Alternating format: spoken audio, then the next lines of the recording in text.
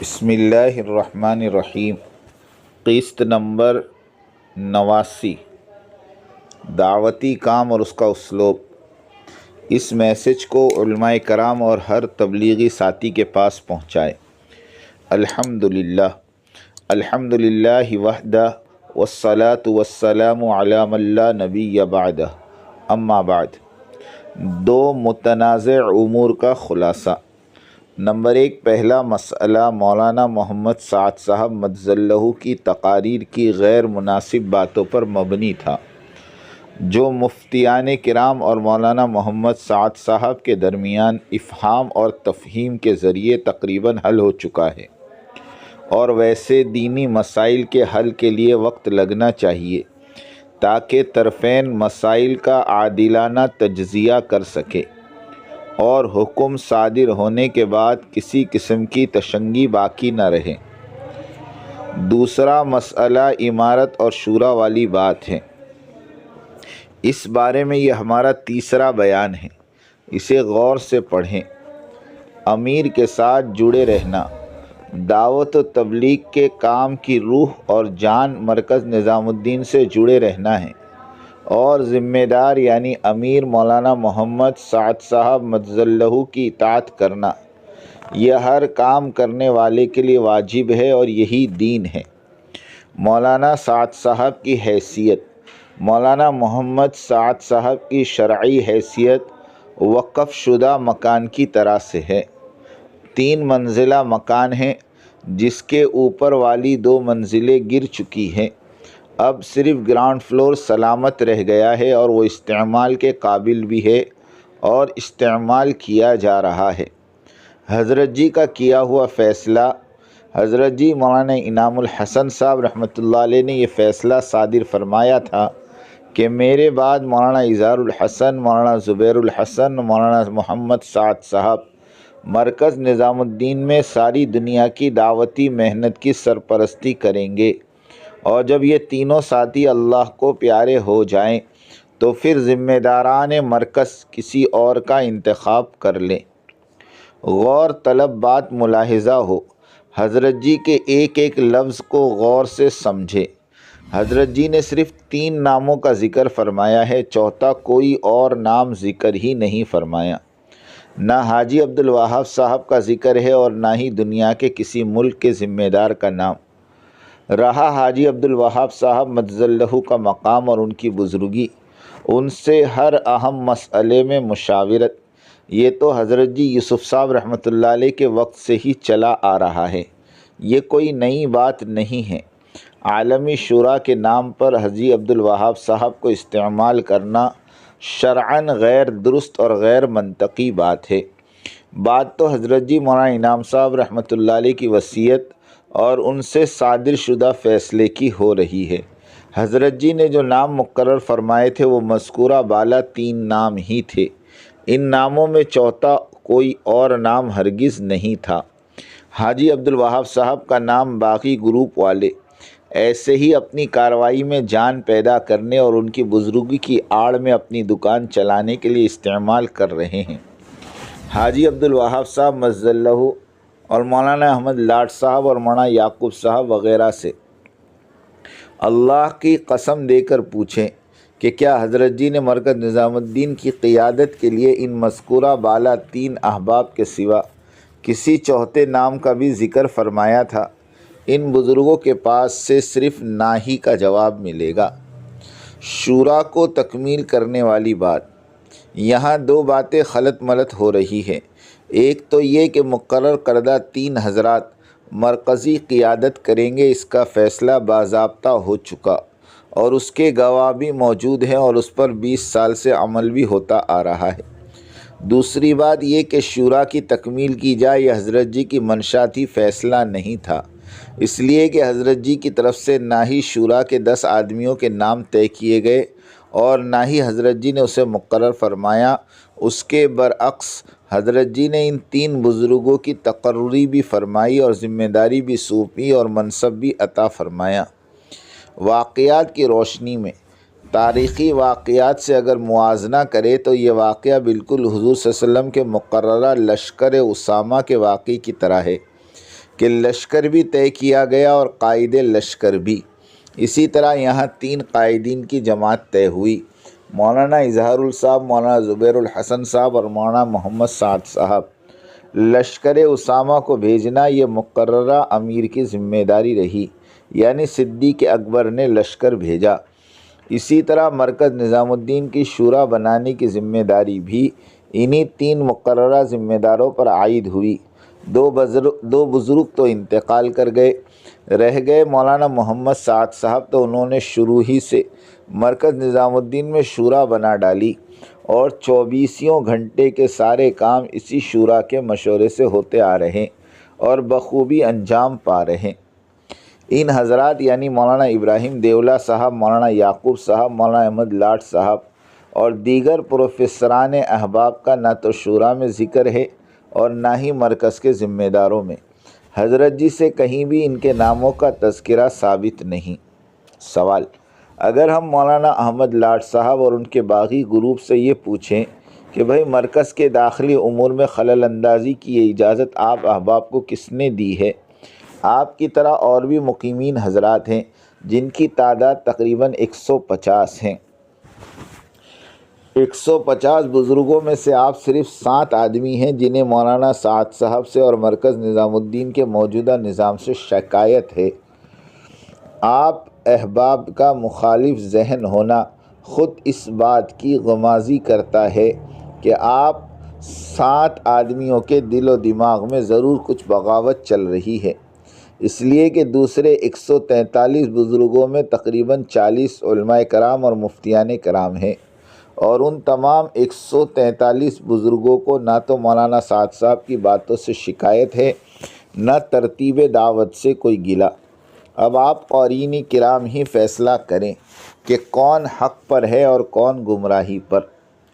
تبلیغی خدمات کا جائزہ: پہلے مولانا اظہار الحسن صاحب کا انتقال ہوا، ان کے گزر جانے پر دعوتی کام کی سرپرستی مولانا زبیر الحسن صاحب اور مولانا محمد سعد صاحب کرتے رہے، اور پھر مولانا زبیر الحسن صاحب کا انتقال ہو گیا۔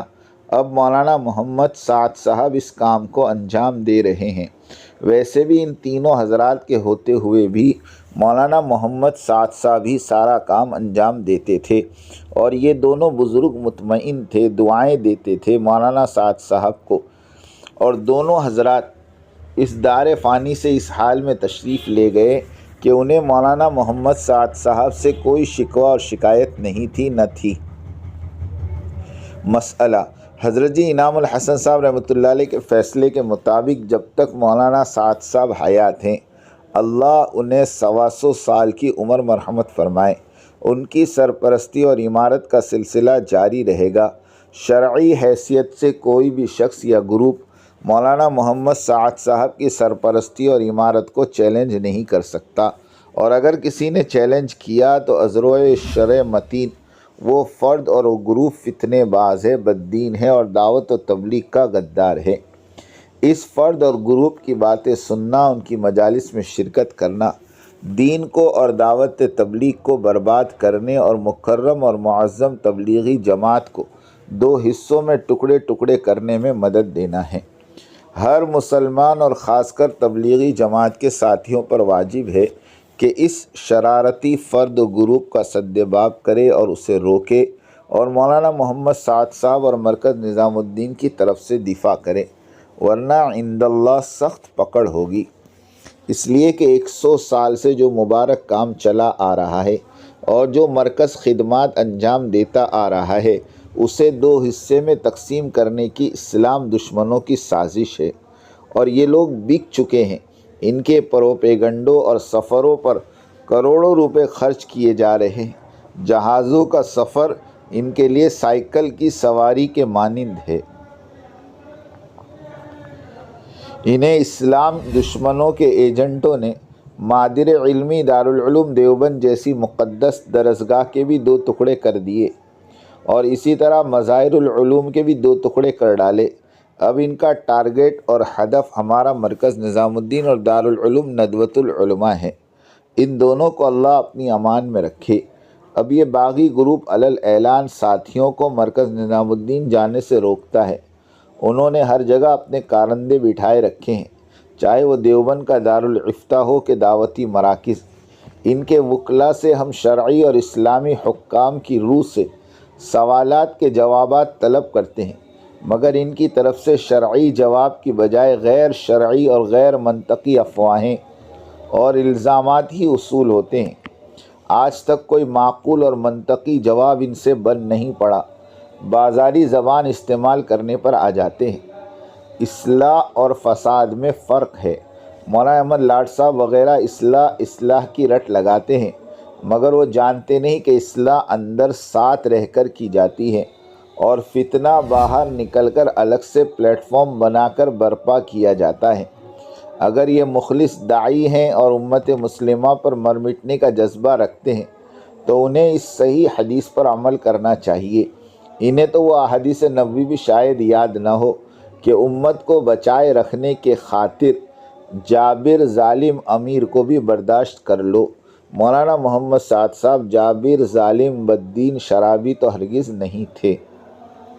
حدیث ہے، حضرت عبداللہ ابن عمر رضی اللہ تعالیٰ عنہ وہ اس کی یعنی عبد الملک بن مروان کی بیعت کو قبول کرتے ہیں، اور وہ یہ لکھا کہ میں تیرا حکم سنوں گا اور مانوں گا بشرط یہ کہ اللہ کی شریعت اور اس کے رسول کی سنت کے موافق ہو جہاں تک ہو سکے گا۔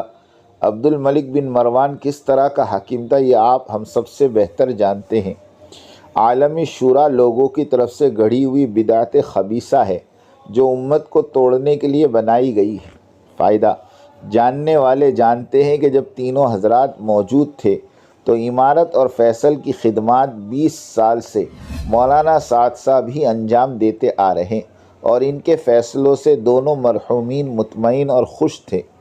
مولانا سعد صاحب پر اعتراض کا حق صرف وہی دونوں مرحومین یعنی مولانا اظہار صاحب اور مولانا زبیر الحسن صاحب رکھتے تھے، مگر دنیا یہ جانتی ہے کہ یہ دونوں بزرگ اس حال میں دنیا سے رخصت ہوئے کہ مولانا سعد صاحب اور ان کی خدمات سے مطمئن اور خوش تھے۔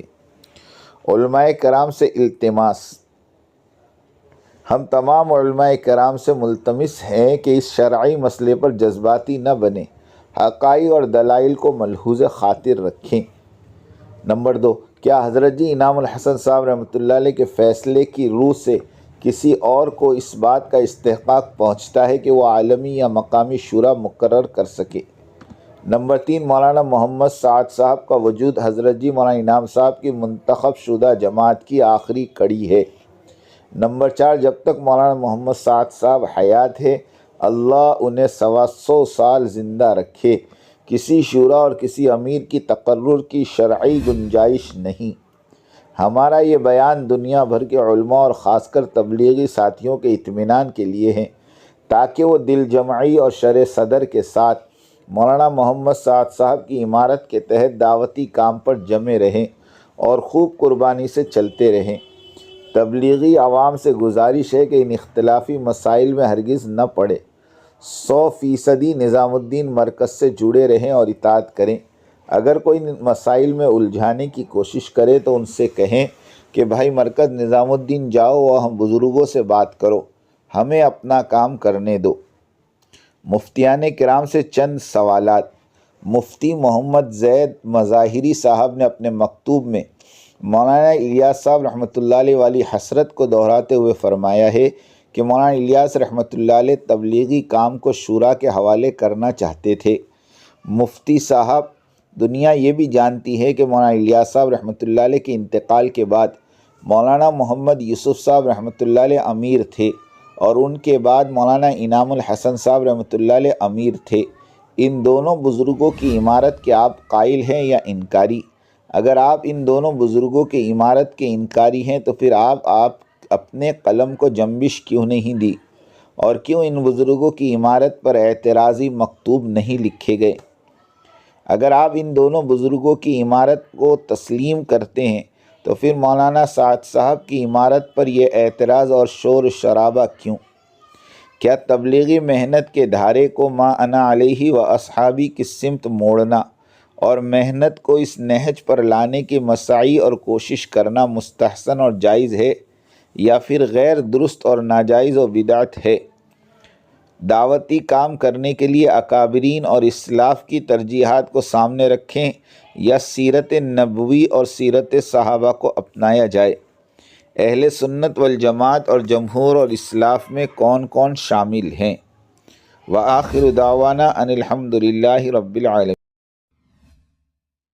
یہ بات توجہ سننی پڑے گی، بہت توجہ سننی پڑے گی۔ تم بات کو غلط مطلب نکالو گے اپنے ذہن سے، اور میرے ذہن میں جو مطلب ہے اس پر غور نہیں کرو گے۔ یہ بڑی مصیبت ہے اس زمانے میں۔ بجائے جو میں چاہتا ہوں اس طرف توجہ کرنے کے، اپنے دماغ میں جو کچھ لیے بیٹھے ہو اس کو غلط رخ پر لے جاؤ گے۔ سنو غور سے۔ بات کو سمجھنے کے لیے سب سے پہلے آدمی اپنے ذہن کو اور اپنے برتن کو اعتراض اور تردد اور اشکال سے خالی کرے، اس لیے کہ اگر کسی بات کو بھی مفہوم مخالف اور کسی بات کو بھی کسی دوسرے عمل کی تردید یا اس کی تنقیص یا اس کی افادیت کو کم سمجھنے کے سوء ظن کے ساتھ سنا گیا، نفع کی باتوں سے نقصان ہونا یقینی ہے۔ اس لیے سب سے پہلے ہم اس کی نیت کریں، پوری بات سنیں گے، آگے پوری بات نقل کریں گے۔ آدھی سننا یہ بھی دین و دعوت کے لیے ناقص، اور آدھی بات کا نقل کرنا یہ تو بڑے فساد کا ذریعہ ہے۔ اس لیے